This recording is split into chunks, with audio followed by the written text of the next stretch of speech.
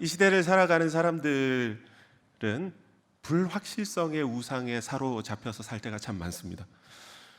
자신의 미래를 미리 예측해서 미래에 대한 두려움을 최소화시키고 싶어 하죠. 연말이 되면 그래서 새해를 예측하는 많은 책들이 나오고 그 책들은 어김없이 베스트셀러로 등극하게 되죠. 그리고 점치는 집은 불경기가 없을 정도죠. 사회가 발전하면 이런 불확실성이 좀 해결될 것 같았지만 사실 오히려 사회가 복잡해지면 질수록 우리가 분별과 선택이 어려워지는 면이 참 많은 것 같습니다. 세상이 마치 폭주 기관차처럼 빠른 변화의 속도를 가지면 가질수록 새롭고 낯설은 미래는 우리에게 더 큰 두려움을 주기 시작하죠. 우리 기독교인들도 마찬가지입니다.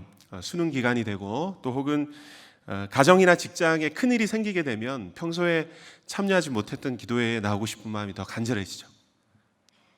그리고 하늘의 소망을 가지고 살아가고 싶지만 사실 막상 땅을 딛고 살아가야 되는 우리의 사리가 참 만만치가 않습니다. 특별히 오랫동안 기도 제목을 가지고 기도했는데 그 기도 제목이 해결되지 않고 그 문제가 계속 이어지면 그 실망감은 이루 말할 것 없이 깊습니다. 별로 변하지 않는 현실 그리고 기대되지 않는 미래 때문에 사람들은 낙심해서 심지어는 하나님을 떠나기도 하죠. 그렇게 믿음과 현실 사이에서 우리는 갈등하며 살아갑니다. 그런데 그 괴리감에 대해서 하나님은 어떻게 생각하실까요? 결론부터 말씀드리면 성경을 찾아보면 하나님은 우리의 그런 염려에 대해서 폄하하시거나 무시하시지 않는다는 것입니다. 하나님은 그런 우리의 심정을 충분히 잘 이해하고 계신다고 말씀하십니다. 그리고 아주 적극적으로 우리의 질문에 대해서 해명하기 원하시고 설명하고 설득하기 원하십니다. 물론 이 말이 현재 힘겨운 고난의 길을 걷고 있는 우리 성도들에게는 아주 실질적인 위로가 당장 되지 않을 수는 있습니다. 그럼에도 불구하고 말씀을 드릴 수밖에 없는 사실은 하나님께서는 분명히 우리의 기도에 귀 기울이시고 또한 우리의 미래에 대해서 관심이 많으시다는 사실입니다. 그 증거가 바로 오늘 본문 말씀이죠. 특히 34절에 나오는 말씀을 보면 이런 갈등에 빠진 분들을 위로할 때 우리가 자주 인용하는 구절입니다. 어떤 구절이죠? 그런즉 너희는 먼저 그의 나라와 그의 의를 구하라. 그리하면 이 모든 것을 너에게 더하여 주시리라 라는 아주 익숙한 말씀입니다. 하지만 이 말씀을 우리가 너무 가볍게 생각하고 사용하면 자칫 오해가 될 수 있습니다. 무엇이냐면 우리가 하나님의 일을 열심히 하면 현실적인 문제는 다 자연스럽게 해결되고 문제는 다 사라질 거라고 이야기하는 거죠. 문제는 그렇지 않을 때가 훨씬 더 많다는 것이죠. 교회를 위해서 오랫동안 봉사했는데 정작 하나님 나한테 준 게 하나도 없다. 그래서 너무너무 서운해질 때도 있습니다. 그 심정을 모르는 바는 아니지만 그렇게 우리가 하나님을 이해하게 되면 하나님께서 우리의 문제를 해결해 주시지 않을 때 사실은 우리는 더 이상 하나님을 믿을 필요가 없어지는 것이죠. 오늘 본문에서 보면 예수님께서는 이런 고민에 빠진 우리들에게 이 땅의 보물을 쌓지 말고 하늘의 보물을 쌓아두라고 말씀하십니다. 그리고 이 선택이 얼마나 확실한 투자인지를 하나하나 일일이 짚어가시면서 설득하고 계세요. 오늘 본문 말씀을 통해서 하늘의 보물을 쌓아두는 것이 우리에게 얼마나 가치 있는 일인가를 주님 앞에서 우리가 천천히 함께 짚어보는 시간이 되었으면 좋겠습니다. 먼저 19절에서 21절까지를 한번 보실까요? 보시면 예수님께서는 어떻게 말씀하시죠? 보물을 땅에 쌓아두지 말고 하늘에 쌓아두라 라고 얘기합니다. 그리고 땅 속에 숨겨두면 좀과 동록이 해서 부식되거나 좀벌레가 갉아먹을 수 있다는 거죠. 그리고 도둑이 들 수 있다고 얘기합니다. 당시에 많은 사람들이 그 은행 시설이 발달하지 않아서 보통 귀중한 보물을 땅에 숨겨뒀다고 해요. 그래서 많은 귀중품들을 숨겨뒀는데 그 안에 이 땅에 사는 좀벌레가 있죠. 그 벌레가 보물을 먹기도 하고 먼지나 수분 때문에 그 보물들이 부식되기도 했다고 해요. 그리고 당시의 집은 보통 흙으로 지었기 때문에 그 흙으로 된 벽을 너무 쉽게 뚫을 수 있어서 집 밑에 보물을 숨겨두면 도둑이 쉽게 들어서 굉장히 도난 사건이 많았다고 합니다. 한마디로 말하자면 당시 사람들은 자신의 소중한 보물을 좀과 동록과 도둑들로부터 제대로 지켜내지 못했다는 것이죠. 그리고 당시에는 많은 사람들이 많은 보물들을 간직하기 위해서 주머니들을 많이 만들었다고 해요. 이렇게 막 몸에 주머니들을 많이 달고 다녔는데, 그렇다 보니까 이 주머니 안에 보물을 막 저장을 해요. 그런데 많은 것들을 저장하다 보니까 사실 어떤 게 진짜 보물인지 이제 헷갈릴 때가 많다는 거예요. 여러분, 우리가 예전에 신라시대 유물을 보면 어떻죠? 천마총이나 뭐 이런 유물들을 보면 보물들이 막 출토되지만 그 안에 보면 자세히 보면 보물이 아닌 보물들이 있죠. 그냥 살아가면서 썼던 그냥 농기구나 그런 것들인데 다 막 이제 귀 이제 묻혀 있는 것이죠. 그러니까 정작 그들이 쌓아둔 물건들 중에 뭐가 보물이고 보물이 아닌지 분별이 안 됐다는 거예요. 결국 보물은 얼마나 많이 가지고 있는 것보다 그 보물을 얼마나 잘 관리할 수 있는가가 중요했다는 것이죠. 마태복음 6장과 같은 내용을 다룬 병행구가 있습니다. 똑같은 내용인데요. 누가복음 12장 말씀입니다. 이 병행구에서 예수님은 구체적으로 한 예를 드시면서 보물을 하늘에 쌓아두어야 할 이유를 말씀하고 계시거든요. 우리 함께 누가복음 12장 16절부터 21절까지를 우리 한 목소리로 같이 한번 읽어보도록 하겠습니다. 12장 16절에서 21절까지의 말씀 우리 한 목소리로 읽겠습니다. 자, 시작. 또 비유로 그들에게 말하여 이르시되 한 부자가 그 밭에 소출이 풍성하며 심중에 생각하여 이르되 내가 곡식 쌓아둘 곳이 없으니 어찌할까 하고 또 이르되 내가 이렇게 하리라 내 곡간을 헐고 더 크게 짓고 내 모든 곡식과 물건을 거기 쌓아두리라.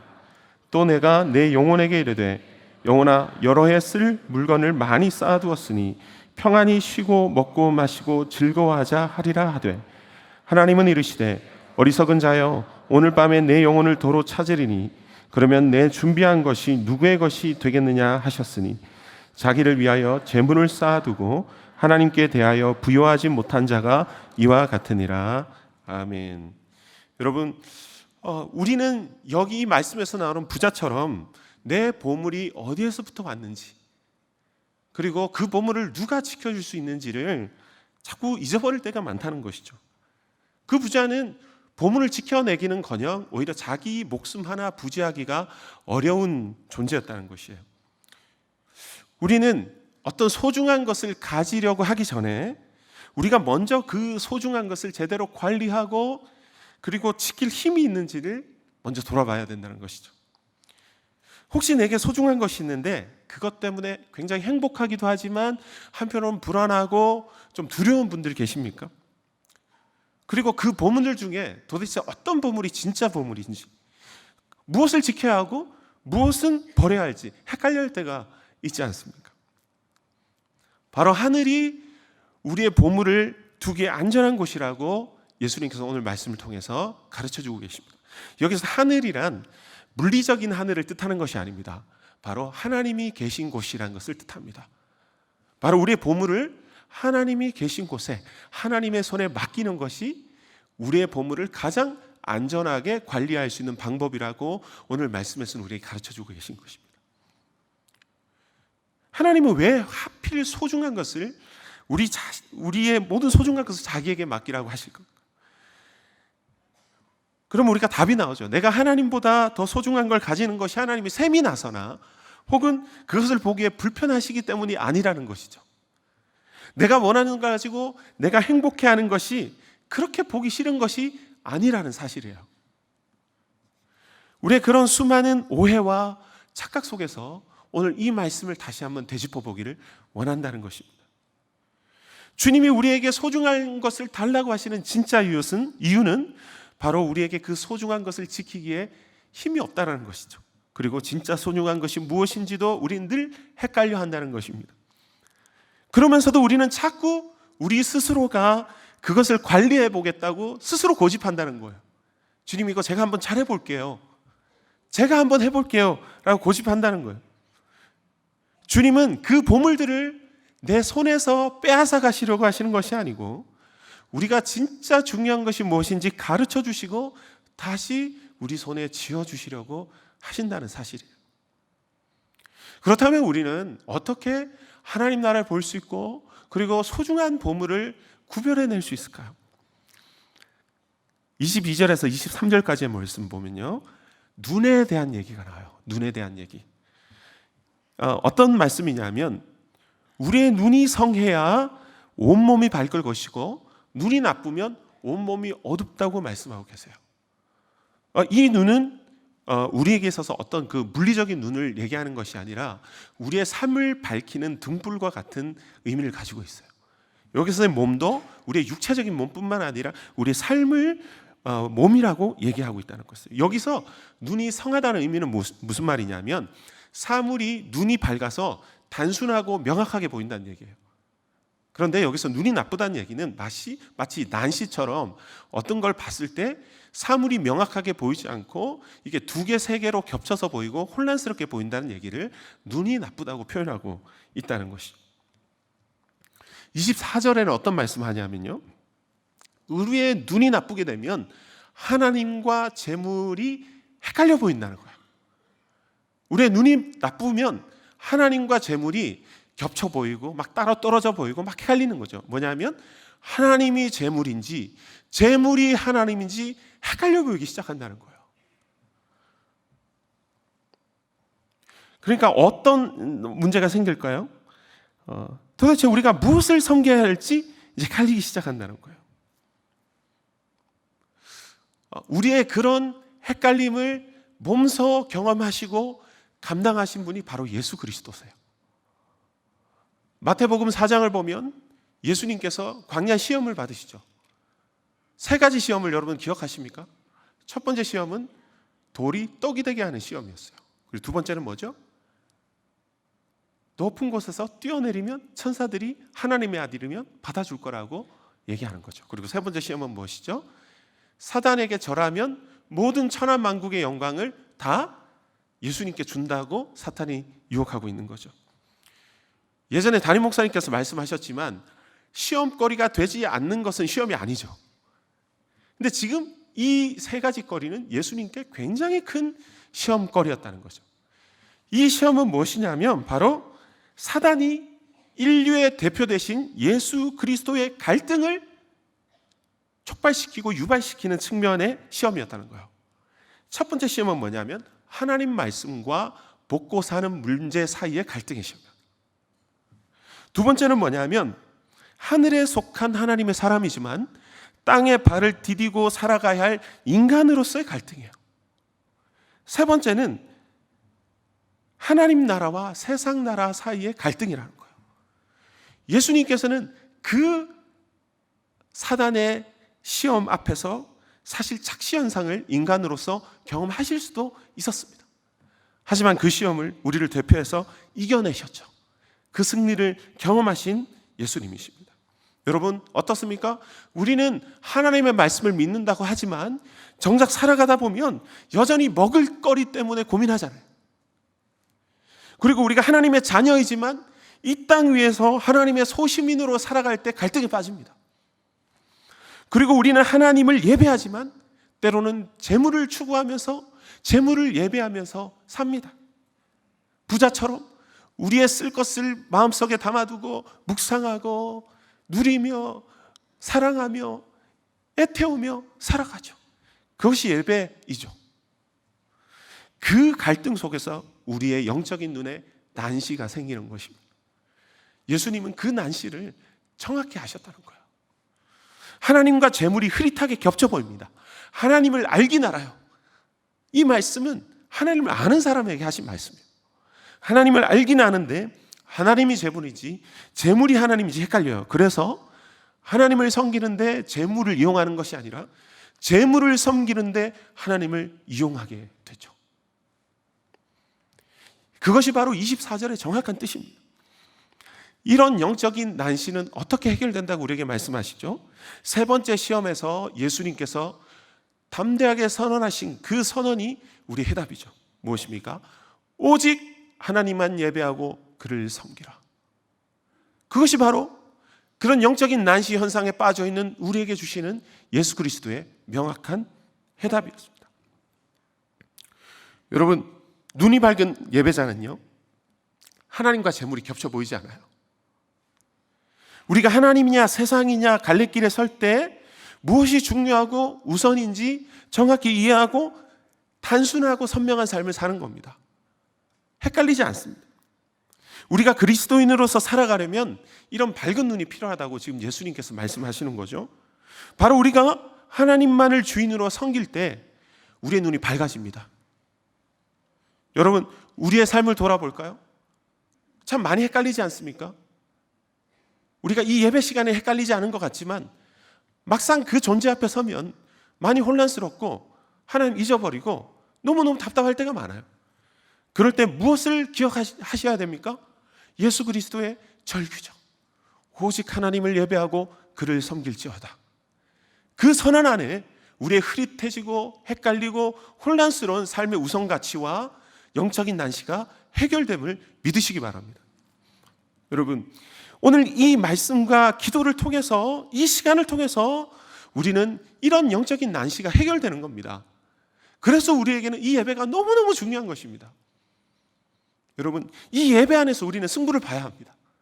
말씀 앞에 서고 기도하면서 우리의 이런 헷갈리는 영적인 난시를 해결받는 은혜의 시간이 되기를 축복합니다. 아멘. 여러분, 이 말씀을 이어서 우리가 생각해 봐야 될 게 있어요. 뭐냐면 우리가 하나님을 예배한다고 해서 이 땅의 모든 필요들이 사라지는 게 아니라는 거예요. 예수님께서도 우리가 먹고 사는 문제를 굉장히 중요하게 여긴다고 말씀드렸지 않습니까? 여기서 핵심 문제는 뭐냐면 하나님과 이 땅의 필요 둘 중에 하나를 삭제하는 문제가 아니었다는 거예요. 그 둘 사이에 우선순위를 잡는 문제라는 거예요. 우리가 여전히 나쁜 눈으로 하나님과 세상을 동시에 바라볼 때 문제가 생기는데 그 문제가 뭐냐면 염려라는 거예요. 염려. 염려는 원어로 나눠진 마음을 뜻해요. 앞에 눈과 똑같은 맥락에서 이해하면 되겠죠? 나눠진 눈으로 바라볼 때 우리의 삶을 바라보면 나눠진 마음으로 염려가 들어오기 시작하는 거예요. 하나님께 초점을 바로 맞추지 못할 때 우리 삶 속에서 이제 그 염려가 들어오기 시작하는 거죠. 그렇다면 우리는 그 나눠진 마음, 갈라진 마음, 염려를 어떻게 다시 하나로 이어 붙일 수 있을까요? 예수님께서는요, 26절 이후로 어떤 자연의 사물을 보여주시기 시작합니다. 26절에 보면 공중의 새를 보라라고 얘기하시죠. 우리 26절만 한번 읽어볼까요? 자, 26절을 한번 읽어보겠습니다. 자, 시작.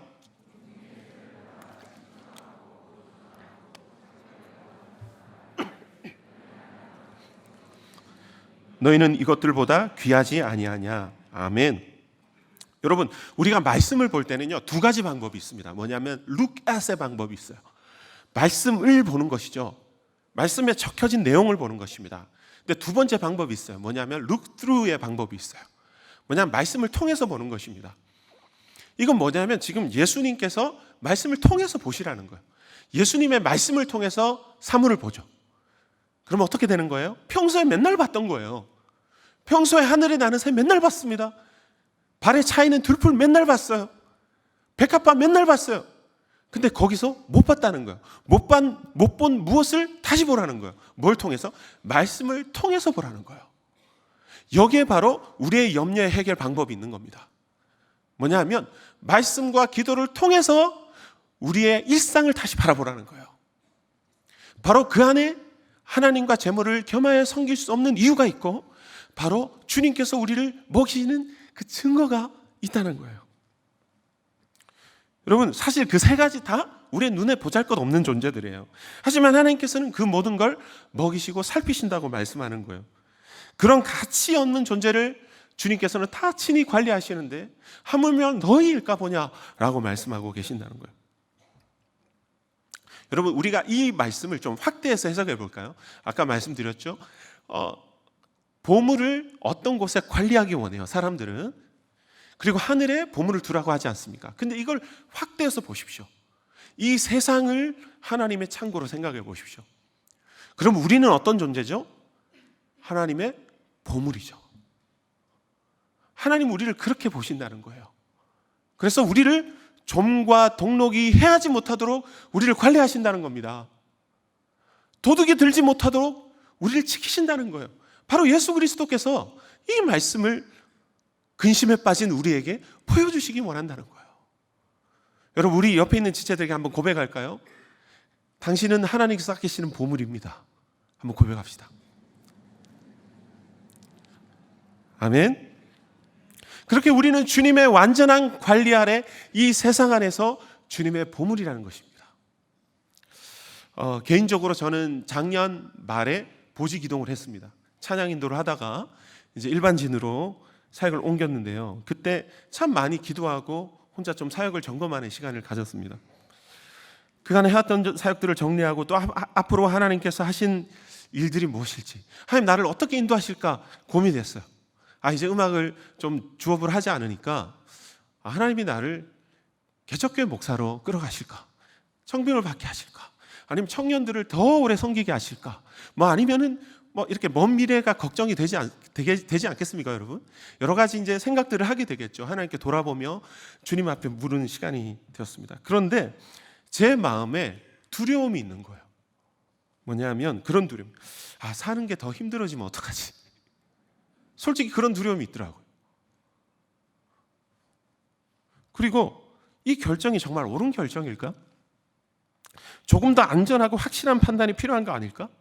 내가 뭔가 좀 놓치는 게 있지 않을까? 생각이 막 들어오는 겁니다. 그런데 그 질문들이 제 근심을 해결했을까요? 아닙니다. 오히려 더 복잡하게 하고 더 염려하게 하고 상황을 보게 하고 사람을 보게 하고 예측을 자꾸 하게 만들어. 그러면서 어떻게 됩니까? 주를 향한 결단을 주저하게 만든다는 거예요. 하나님께서 그것을 보게 하셨어요. 너 많은 이유 되는데 결국 네가 네 마음 바닥에 깔린 게 그거 아니냐고. 너 누구 믿어? 라고 물으신다는 거예요. 그때 저의 영적인 난시가 느껴졌어요. 오늘 말씀을 묵상하는데 그때가 다시 생각났어요. 하나님과 재물 두 가지 주인을 섬기고자 하는 우리의 욕망 앞에 사실 우린 교묘히 그 욕망을 숨겨두고 우리는 살아갈 때가 너무 많아요. 그리고 많은 논리들을 하나님 앞에 내세울 때가 너무 많다는 거예요. 오늘 이 시간에 말씀을 통해 하나님께서는 여러분들의 염려의 근원을 파고 들어가기 원하세요. 그걸 해결하기 원하십니다. 여러분,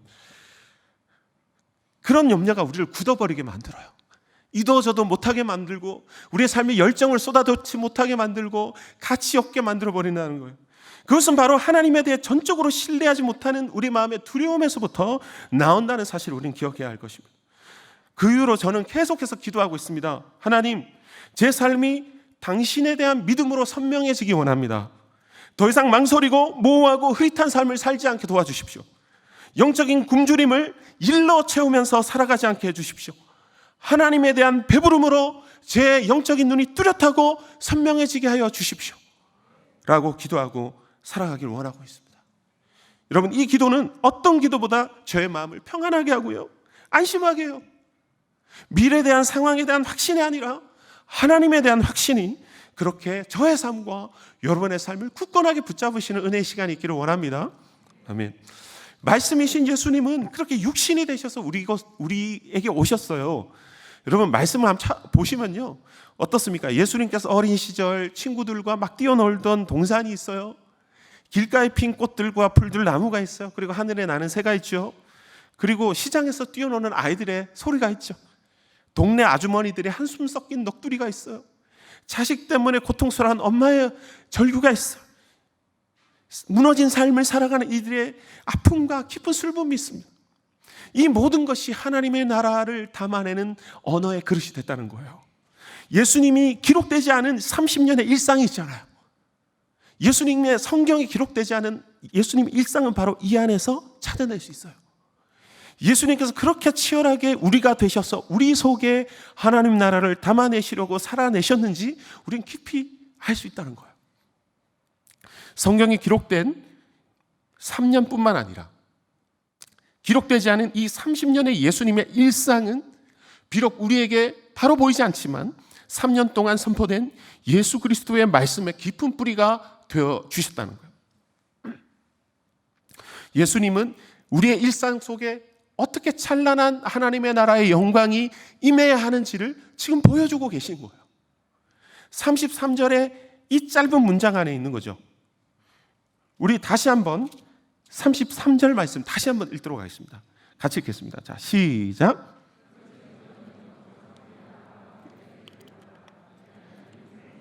너에게 다하시리라. 아멘. 이 말씀이 어떤 말씀인 줄 아십니까? 너희는 먼저 하나님의 나라를 모든 삶의 일 속에서 갈망하고 찾으라고 얘기합니다. 이 뜻입니다. 도대체 무엇이 모든 삶의 일 속에서 하나님의 왕국을 갈망하며 찾는 걸까요? 우리 한 말씀만 더 찾아보겠습니다. 마태복음 5장 1절에서 16절까지 말씀입니다. 우리 잘 아는 말씀인데요. 우리 이런 예수님의 일상을 담아낸 언어로 이 말씀 우리 한 목소리를 같이 한번 더 읽어보도록 하겠습니다. 자, 시작. 예수께서 무리를 보시고 산에 올라가 앉으시니 제자들이 나온지라 입을 열어 가르쳐 이르시되 심령이 가난한 자는 복이 있나니 천국이 그들의 것이며 애통하는 자는 복이 있나니 그들이 위로를 받을 것이며 온유한 자는 복이 있나니 그들이 땅을 기업으로 받을 것이며 의에 줄이고 목마른 자는 복이 있나니 그들이 배부를 것이며 긍휼히 여기는 자는 복이 있나니 그들이 긍휼히 여김을 받을 것이며 마음이 청결한 자는 복이 있나니 그들이 하나님을 볼 것이며 화평하게 하는 자는 복이 있나니 그들이 하나님의 아들이라 일컬음을 받을 것이며 이를 위하여 빚받는 자는 복이 있나니 천국이 그들의 것임이라.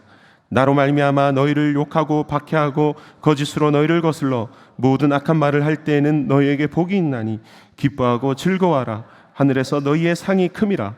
너희 전에 있던 선지자들도 이같이 박해하였느니라. 너희는 세상의 소금이니 소금이 만일 그 맛을 잃으면 무엇으로 짜게 하리요? 후에는 아무 쓸데없어 다만 밖에 버려져 사람에게 밟힐 뿐이니라. 너희는 세상의 빛이라. 산 위에 있는 동네가 숨겨지지 못할 것이요 사람이 등불을 켜서 말 아래 두지 아니하고 등경 위에 두나니 이러므로 집안 모든 사람에게 비치느니라. 이같이 너희 빛이 사람 앞에 비치게 하여 그들로 너희 착한 행실을 보고 하늘에 계신 너희 아버지께 영광을 돌리게 하라. 아멘. 바로 이 놀라운 하나님 나라의 이야기가 바로 하늘의 뜻이 땅에서 이루어진 이 장면 아니겠습니까? 여러분, 이 말씀 후에 얘기합니다. 이 모든 것을 너에게 더하여 주시리라고 말씀하세요. 근데 우리는 이 더하여 주시라는 말씀 착각해요. 하나님을 그렇게 사랑하고 섬기면 모든 것이 막 생길 거야 라고 얘기하는데 그게 아니고요. 여기는 뭐냐면 덧붙이다, 옆에 배치하다 이런 뜻이에요. 뭐냐면 가운데 있어야 할 것을 딱 세팅하면 그 나머지 것을 옆에 배치를 다시 한다는 얘기입니다. 질서를 잡는다는 얘기예요. 바로 하나님 나라의 그 기준을 잡을 때 우리는 이런 방식으로 잡아야 한다는 거죠. 그것이 바로 우리가 영적인 선명한 눈으로 우리의 삶을 바라보는 것임을 오늘 말씀 속에서는 이야기하고 있습니다. 여러분, 결론을 내겠습니다. 내일 일을 염려하지 말라고 해요. 근데 오늘 말씀에 되게 이제 다시 한번 제가 읽으면서 은혜가 됐던 것이 뭐냐면은 내일 일은 내일이 염려할 것이요. 이게 무슨 말이지라고 생각하고 영어 성경을 찾아보니까 내일의 염려는 내일이 데리고 올 거야 이 얘기예요. 무슨 말이냐면 너 하루 단위로 끌어서 살아 이 말이에요. 마치 내가 세상을 다 아는 것처럼 예측하면서 살지 말라고 하는 거예요. 뭡니까? 우리가 하나님을 바라볼 때 하나님은 뚜렷해지는데 내일은 흐릿해집니다. 그게 정답입니다. 그게 비정상이 아닙니다. 우리가 예수를 믿는 일은요, 내일을 뚜렷하게 보기 위해서 예수를 믿는 게 아닙니다. 예수를 믿으면 내일이 흐릿해져요. 왜? 예수님께 초점을 맞추니까. 여러분 핸드폰에 아웃포커스 있잖아요. 찍어보셨죠? 예수님께 아웃포커스를 맞추면 주변 거는 흐릿해지는 거예요. 그럼 어떤가? 그게 불안합니까, 여러분? 하루하루를 아웃포커스 하면서 주님과 함께 우리의 현실을 살아내는 것이 바로 선명한 시선을 가지고 살아가는 삶의 삶이라고 말씀하고 계십니다. 여러분, 우리의 삶에 뚜렷해져야 될 것과 희미해져야 될 것이 있습니다. 무엇입니까? 하나님은 뚜렷해지고 재물은 희미해져야 되죠. 그리고 확신과 믿음은 뚜렷해지고 염려는 희미해져야 돼요. 중요한 것은 뚜렷해지고 중요하지 않은 것은 희미해져야 됩니다. 그리고 먼저 해야 할 것이 뚜렷해지고 나중에 해야 할 것은 희미해져야 돼요. 그리고 무엇보다 하나님이 뚜렷해지고 나는 희미해져야 돼요. 이것이 바로 하나님을 예배하는 자의 삶입니다. 보물을 완전한 하나님의 손에 맡겨드립시다. 여러분, 우리는 소중한 것을 잘 관리할 만한 능력이 없어요. 주님 말씀을 통해서 우리의 일상을 다시 들여다봅시다. 그래서 하나님을 갈망하며 찾읍시다. 우리의 모든 일상 속에서 임하시는 하나님 나라를 찾고 이뤄가는 3일 성도님 되시기를 주님의 이름으로 축복합니다. 아멘. 우리 그 자리에서 함께 일어나셔서 우리 믿음으로 서리라. 우리 한번 찬양하고 기도하고 마무리하겠습니다.